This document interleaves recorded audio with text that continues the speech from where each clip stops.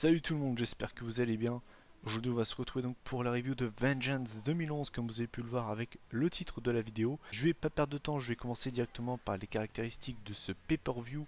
Donc ça se tenait le 23 octobre 2011, donc c'était au AT&T Center, donc c'était à San Antonio au Texas, devant 8000 spectateurs, ce qui est vraiment pas énorme pour un pay-per-view. Donc au niveau du thème musical, donc c'était Make Some Noise du groupe The Crystal Method en collaboration avec Yellow Wolf. Vraiment pas un thème exceptionnel, même le wallpaper du pay-per-view était pas terrible, bref, il y avait vraiment rien de terrible dans ce pay-per-view, vous allez vite voir pourquoi je dis ça. Enfin bref, voilà, on va pouvoir commencer par l'opener du show. Donc l'opener, donc c'était pour les WWE Tag Team Championship. Donc on avait Air Boom, donc Evan Bourne et Kofi Kingston face à Jack Swagger et Dolph Ziggler. Donc un match qui a duré 13 minutes 30, donc c'est une bonne durée, hein, surtout que c'est l'opener du show, donc je trouve que c'est vraiment une bonne durée. Surtout que c'est pas un match hyper important, même si c'est pour les titres par équipe, c'est pas le match que tout le monde attend. Donc mon avis c'est que c'était vraiment un bon petit, bon voilà, un petit match tag team plutôt sympa pour ouvrir le show, mais il y avait vraiment rien de plus. Donc à noter au niveau de la construction du match, donc c'est très basique, c'est-à-dire que les heels ont travaillé à deux sur Evan Bourne, donc vraiment un tag team match totalement random. Donc, un travail de heal à deux donc sur l'un des faces, c'est totalement logique. Enfin, on est tellement habitué à voir cette construction de match. Finalement, forcément, Evan Bourne a réussi à faire le tag au bout d'un moment, donc forcément, à la fin, ça a été beaucoup plus rapide. Et donc, j'ai noté que pour conserver les titres, on a Air Boom. Donc, on a Kofi Kingston qui a porté son Trouble in Paradise, enchaîné du Airborne, donc le 450 splash de Evan Bourne sur Dolph Ziggler, donc pour la victoire finale. Donc, conservation des titres de Air Boom. Donc mon avis c'est que c'était un match totalement random, c'est niveau de la construction c'est totalement basique. Je pense qu'ils auraient pu faire un match meilleur, enfin je pense quand même qu'avec les catcheurs qu'on a dans le ring, on aurait pu avoir un meilleur match. Mais ça restait quand même solide pour ouvrir le show. Donc j'ai mis 6,5 sur 10 pour commencer la soirée.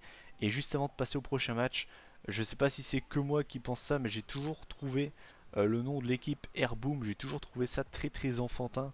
Et que tu ne peux pas prendre cette équipe au sérieux. Pour moi, c'est pas une équipe, enfin, c'est pas un nom d'équipe adulte. Ça fait vraiment gamin quoi. Airboom, enfin, voilà. Enfin, c'est juste mon avis, mais j'ai jamais été vraiment accroché avec ce nom d'équipe. Ensuite, alors le deuxième match de la soirée, donc c'est là que déjà j'ai pas compris. C'était pour le titre US, donc jusque là vous allez me dire bah, pourquoi tu comprends pas. Bah en fait le champion US c'est Dolph Ziggler, donc Dolph Ziggler en fait a enchaîné deux matchs d'affilée, donc déjà paye ta logique. Et donc son challenger c'était Zack Ryder. Donc le match a duré 6 minutes, donc ça ne m'étonne pas dans le sens en fait où le mec avait, donc le champion avait catché juste avant, donc ça me paraissait logique que le match ne dure pas longtemps. Alors déjà, première chose qui m'a surpris, c'est que je pensais vraiment que Ryder allait dominer très facilement le match, ce qui me paraissait logique. Eh ben non en fait, les débats étaient très équilibrés, pourtant Dolph Ziggler avait déjà un match dans les jambes, donc je trouve une construction de match assez bizarre. Donc je vais revenir à la fin parce que j'ai franchement pas grand chose à dire sur ce match non plus. Donc forcément à l'extérieur du ring on avait Vicky Guerrero et Jack Swagger donc, qui étaient là pour encourager Dolph Ziggler. Donc euh, pendant que Vicky Guerrero occupait l'arbitre, donc en fait on a Jack Swagger qui a voulu intervenir pendant le match. Finalement on a Zack Ryder donc, qui devait faire avec Swagger et Ziggler. Sachant que Swagger n'est pas entré dans le ring mais est resté à l'extérieur, il essayait de choper les jambes de Ryder.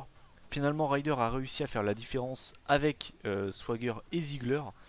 Donc finalement il arrive à se débarrasser de, euh, de Swagger, il se retourne et donc se prend un super kick de la part de Ziggler.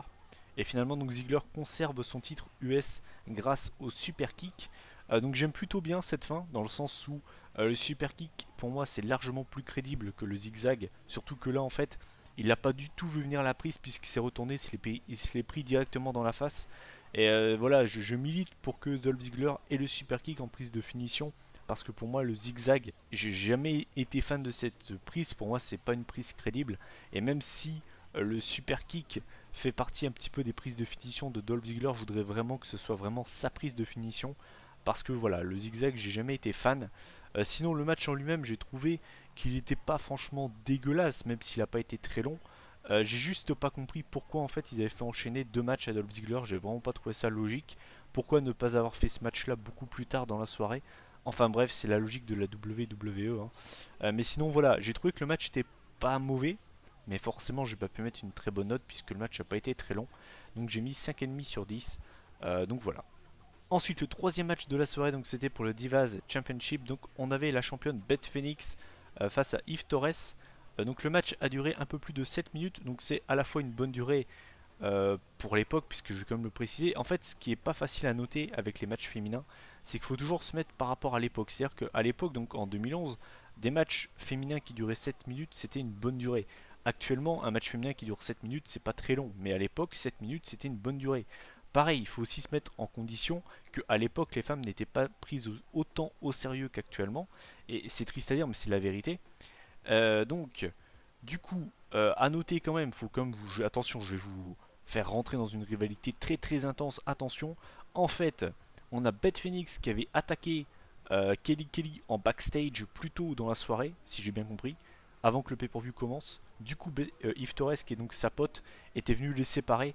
Et donc, du coup, voilà pourquoi elle avait eu un title shot face à Beth Phoenix. Comme vous pouvez le voir, c'est une rivalité très intense. Ouh là là là là. Bref, donc, mon avis concernant ce match, bah honnêtement, c'était pas mauvais pour un match féminin de l'époque. Je trouve que c'était vraiment sympa. Euh, donc forcément, c'était deux styles totalement différents. On avait le style powerhouse de Beth Phoenix et on va dire un petit peu ce côté agilité, ce côté peut-être pas high flare, faut peut-être pas non plus exagérer, mais ce côté beaucoup plus agile, on va dire, de Eve Torres. Donc j'ai trouvé qu'il y avait des bonnes combinaisons entre les deux, même si ça restait, enfin il y avait rien de ouf, attention, hein, mais je trouve qu'il y avait quand même quelque chose de sympa entre les deux, voilà. Donc à un moment, on a Beth Phoenix qui porte une prise de soumission à Eve Torres qui lui disait Come on, baby girl, don't cry et tout. Ensuite, on a donc Eve Torres qui a réussi à également porter une soumission sur Beth Phoenix, qui a d'ailleurs galéré à aller chercher les cordes et qui lui répondait justement Allez, come on, baby girl. Enfin, voilà, enfin, c'était un match sympa, mais il y avait vraiment rien de plus. Et donc à la fin, on a Beth Phoenix qui a conservé son titre des divas grâce à son glam slam. Donc j'ai trouvé que le match était vraiment sympa pour un match féminin de l'époque. Donc j'ai mis 7 sur 10, ce qui est une bonne note. Et je confirme, pour moi, Beth Phoenix est certainement la championne des divas la plus crédible qu'il y ait eu dans l'histoire de la fédération. Ensuite, le prochain match, donc c'était un match 1v1 qui aurait clairement pu être le show stealer du pay-per-view. Donc c'était Sheamus face à Christian. Donc le match a duré un peu plus de 10 minutes, donc ça en fait une bonne durée, surtout qu'il n'y avait pas de titre en jeu, pas de stipulation.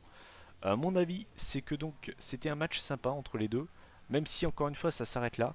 Donc en fait j'ai fait le même constat pour le même match qui s'était déroulé en fait à Hell in a Cell 2011. D'ailleurs je vous invite à aller voir ma review sur ce show si vous l'avez pas vu. Et j'avais été extrêmement déçu en fait du résultat entre les deux parce que le match avait vraiment pas été terrible.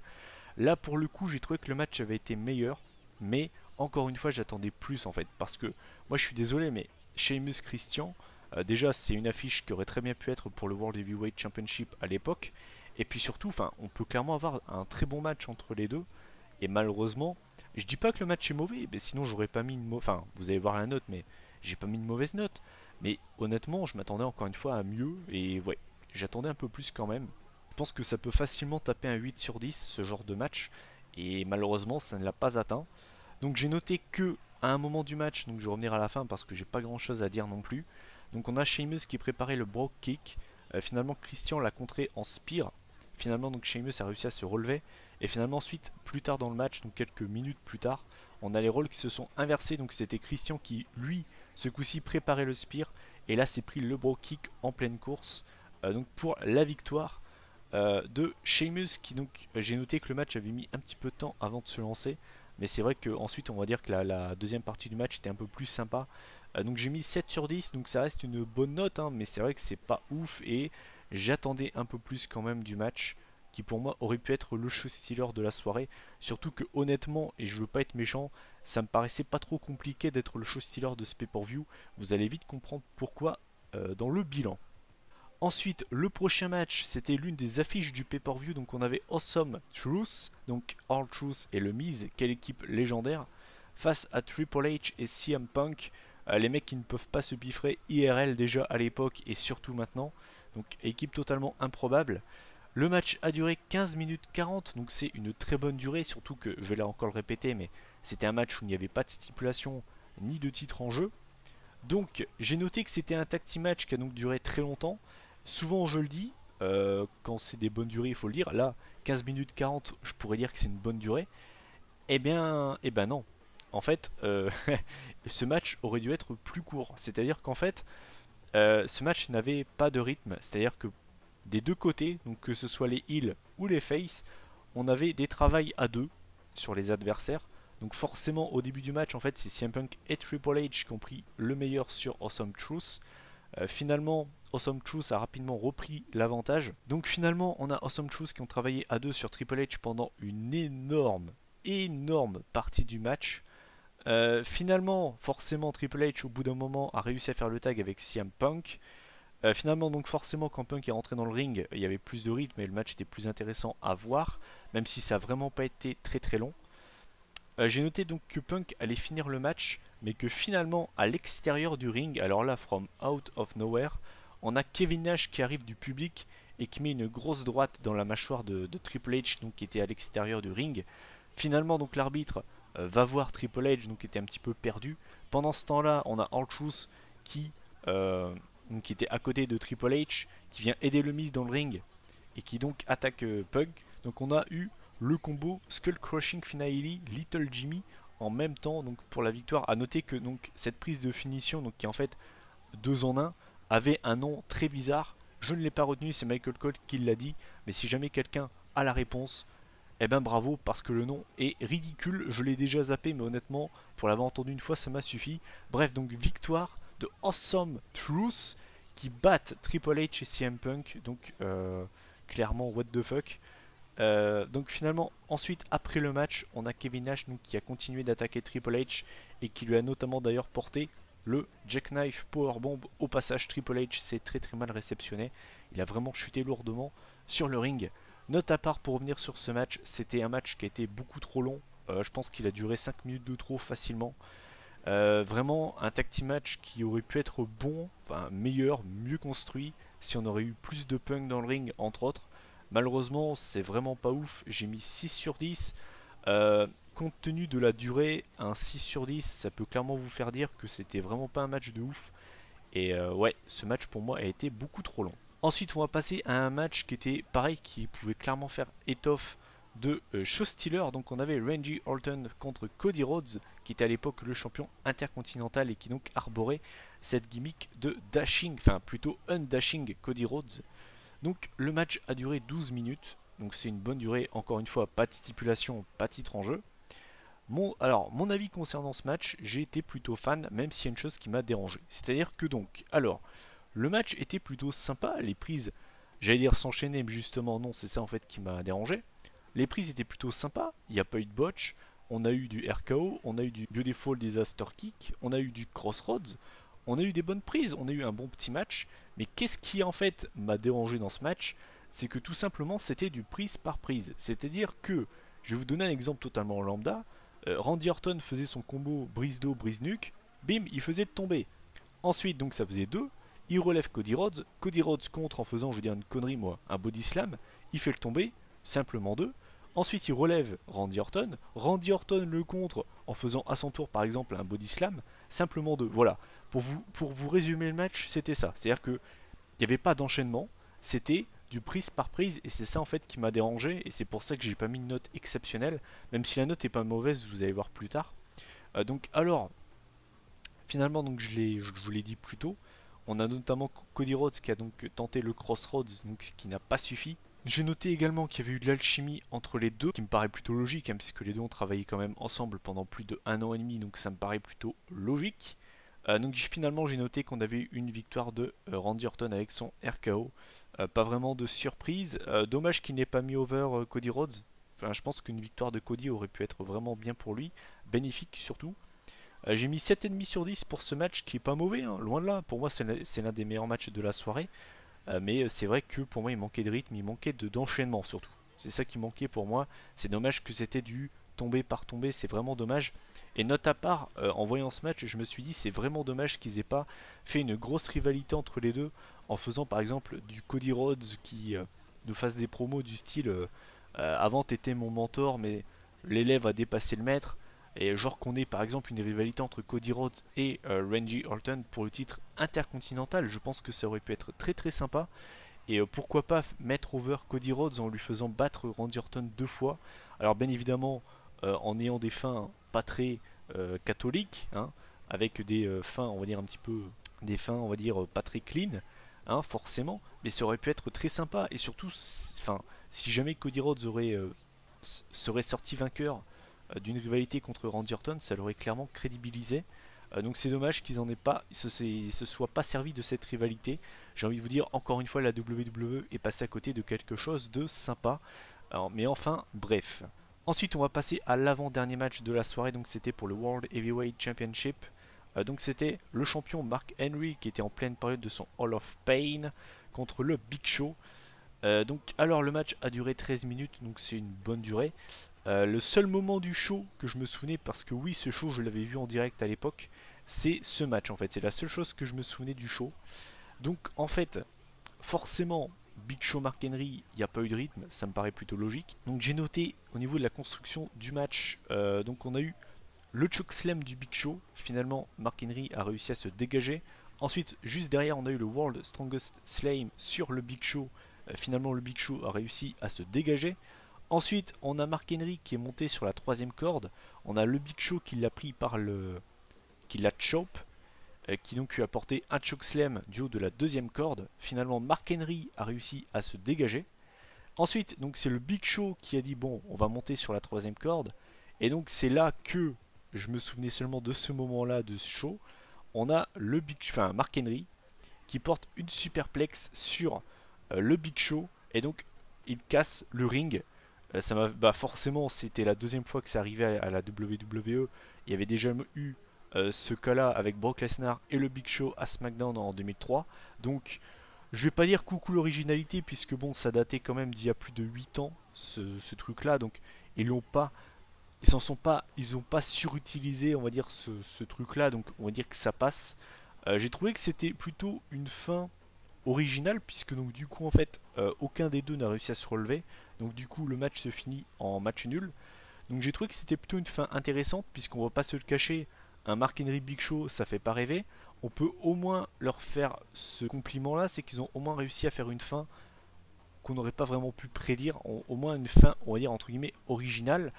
Pour ce qui est donc du match, enfin de la note du match, je l'ai pas bâché, j'ai pas mis une note catastrophique dans le sens où je l'ai déjà expliqué plein de fois, mais je vais quand même le réexpliquer. J'essaie en fait tout le temps de noter en fonction de la capacité des catcheurs. Par exemple, Mark Henry Big Show, je sais très bien qu'on va pas avoir un 450 splash, qu'on va pas avoir des topés suicidas. Je le sais très bien ça. Je sais très bien qu'on va pas avoir un 5 star. Je veux dire, faut pas être débile, faut le savoir quand même. Donc, je vais pas bâcher ce match pour mon plaisir. Donc, du coup, j'ai noté en fonction de ce que les mecs pouvaient nous offrir, donc c'est-à-dire deux mastodontes. Et honnêtement, j'ai trouvé qu'ils avaient fait comme ils pouvaient et que c'était pas si nul que ça. Ils ont réussi à faire un truc sympatoche, on va dire, mais c'est clairement pas débordant d'originalité. Enfin, voilà, c'est pas un régal à voir dans un ring forcément, mais ils ont quand même fait comme ils pouvaient. Donc du coup, au niveau de la note, et surtout grâce, on va dire, à la fin qui était vraiment originale, j'ai mis 5,5 sur 10, donc ça reste quand même correct par rapport à ce qu'on aurait pu avoir, mais bon voilà, c'est clairement pas ouf. Et donc on arrive au main event de ce pay-per-view qui est vraiment vraiment poussif. Donc c'était pour le WWE Championship, donc c'était dans un last man standing match. Donc c'était Alberto Del Rio, le champion, face à John Cena. Alors le match a duré 27 minutes, donc c'est une très bonne durée. C'est clairement le match le plus long de la soirée, de très très loin devant. Alors, à noter quand même donc que ce match s'est joué avec un ring cassé, donc ce qui était extrêmement gênant, enfin très dérangeant en tout cas. J'ai noté que ce match s'est déroulé en deux parties. Il y a eu la première partie qui m'a relativement brisé les burnes, je vais être cash. En fait, ce qui m'a saoulé, donc, c'est que les mecs ont un ring cassé, donc c'est-à-dire que les cordes ne tenaient plus, les poteaux étaient pétés également, et les mecs s'entêtaient à faire des prises dans le ring. Au bout d'un moment, ça m'a grave cassé les burnes. Je me suis dit, non mais ils sont sérieux ou quoi? Donc honnêtement, pendant la moitié du match, on avait John Cena et Alberto Del Rio qui se portaient des prises dans un ring sans corde.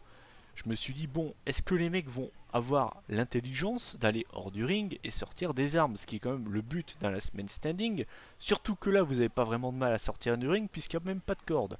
Donc la première partie du match m'a clairement gavé, mais on va dire que la deuxième partie du match a quand même été beaucoup plus intéressante, il s'est quand même passé des choses plus intéressantes, puisque donc au bout d'un moment on a les deux qui sont partis en backstage. On a notamment eu un body slam de Del Rio sur Cena sur une caisse de rangement, donc c'est une grosse caisse en fait. On a également Del Rio qui a enterré entre guillemets Cena sous des genres de plaques. Vous savez, les plaques qu'on peut notamment voir en backstage, souvent où il y a des fils, c'est souvent des fils électriques ou par exemple pour l'éclairage, enfin bref voilà. Finalement, Cena a réussi à se dégager forcément. On a également Cena qui a été projeté dans le décor, donc il y avait un énorme V sur l'entrée des catcheurs, un énorme V pour le pay-per-view Vengeance. On a Cena qui a donc traversé le V. On a également Del Rio qui avait placé une table donc près du V et donc qui était monté un petit peu en hauteur. Finalement, Cena l'a rabattu contre la table. Donc il a traversé la table. Finalement, Del Rio a réussi également à se relever. On a eu également, donc ça pour moi c'est le move en fait du match. On a eu un attitude adjustment de John Cena sur Del Rio. Donc Del Rio qui passe à travers la table des commentateurs. Cena qui était donc en hauteur sur l'escalier. Donc c'était plutôt sympa à voir même si c'est du vu et revu. Finalement donc Del Rio on se dit bon c'est fini. Et finalement on a Awesome Truth qui sort des backstage et qui donc attaque John Cena avec le combo Skull Crushing Finale enchaîné du Little Jimmy. Finalement je me dis bon, ensuite on a donc Del Rio en fait qui arrive à se relever. Donc là je me dis bon c'est fini, là Del Rio conserve. Et ben non même pas. John Cena arrive à se relever de ça, donc je me dis ok, vraiment en mode Superman le mec. J'avais l'impression de voir Roman Reigns. Finalement on a donc Del Rio qui attend que Cena se relève et lui porte un énorme coup de ceinture dans la mâchoire, dans le crâne. Et donc finalement, John Cena n'arrive pas à se relever. Donc victoire d'Alberto Del Rio qui conserve son WWE Championship. J'aime pas trop la fin. J'aurais préféré que ça se finisse sur le Little Jimmy et le Skull Crushing Finale. A noter donc que, sauf erreur, à l'époque c'était seulement la deuxième défaite de Cena dans un Last Man Standing. Il avait également perdu face à Edge à Backlash 2009 si je me trompe pas, avec notamment le Big Show qui était venu faire traverser Cena à travers un projecteur. Mais sinon, note à part, oui, donc défaite de Cena en Last Man Standing, c'est pas courant, clairement pas. Le match en lui-même, je l'ai trouvé sympa pour clôturer la soirée, mais j'ai clairement vu largement mieux comme Last Man Standing. En fait, pour moi, c'est surtout la deuxième partie qui relève le match, parce que la première partie était vraiment pas prenante. Et ouais, au niveau des utilisations d'armes, bah, on a eu en fait l'escalier, et c'est tout. Donc c'est quand même relativement pas assez. Donc sinon j'ai mis 7,5 sur 10, donc ça reste quand même une bonne note, mais clairement c'est clairement pas transcendant quoi. Donc en faisant la moyenne de ce pay-per-view, j'arrive à une moyenne de 6,5 sur 10. Donc alors mon avis sur cette note, je trouve qu'elle est quand même relativement surélevée. Si je devais mettre une note sur 10 comme ça grosso merdo, je mettrais 6 sur 10 honnêtement, pas plus. Pour moi les deux meilleurs matchs de la soirée, donc c'est le Last Man Standing match entre Del Rio et Cena et le Orton Cody Rhodes, même si il y a un petit problème de rythme quand même. On a honnêtement, je vais être cash, pour moi en fait il n'y a pas vraiment de purge au sens propre, mais c'est beaucoup de matchs qui sont juste corrects, passables, moyens. En fait c'est ça en fait. Pour moi c'est un pay-per-view qui est passable. Si je devais vraiment le décrire, c'est un pay-per-view passable. Il y a le Last Man Standing qui se décroche un peu. Il y a le Cody Rhodes Randy Orton qui se décroche un peu. Même si c'est pas ouf non plus. Hein. Je veux dire, il n'y a aucun match qui dépasse ou qui a 8. Donc c'est quand même assez rare. Et c'est vrai que c'est quand même un pay-per-view où j'ai pas été emballé. Hein. J'ai pas été emballé une seule fois pendant ce pay-per-view. Donc c'est pas une purge. J'ai chroniqué bien pire que ça sur ma chaîne. Je pense notamment à Judgment Day 2007 par exemple. Ou bien même le Great American Bash 2006. Mais je vous le conseille vraiment pas parce que vous allez clairement pas être emballé par ce pay-per-view parce que pour moi il n'y a aucun match vraiment très bon. Voilà, il n'y a aucun match très bon, il y a seulement pour moi deux vraiment bons matchs quoi et c'est tout. Donc ouais, c'est quand même assez problématique dans un show de 3 heures. Voilà, bah écoutez, cette review est terminée, donc je vous invite à donner votre avis en commentaire sur ce show. Qu'est-ce que vous en avez pensé? Quel est le match que vous avez le plus aimé, celui que vous avez le moins aimé? Qu'est-ce que vous retenez de ce pay-per-view? Donc la prochaine vidéo, donc ce sera la vidéo pronostic de SummerSlam. Donc il y aura également la vidéo résultat de NXT Takeover Brooklyn, enfin Back to Brooklyn, que j'essaierai de sortir le lendemain du show. Donc voilà. Et donc forcément vous aurez également la vidéo résultat de SummerSlam. Et donc la dernière vidéo du mois, donc ce sera en fin de mois, donc ce sera la review de WrestleMania 16. Voilà. Bah écoutez, moi je vous dis à la prochaine. Prenez soin de vous. Salut tout le monde.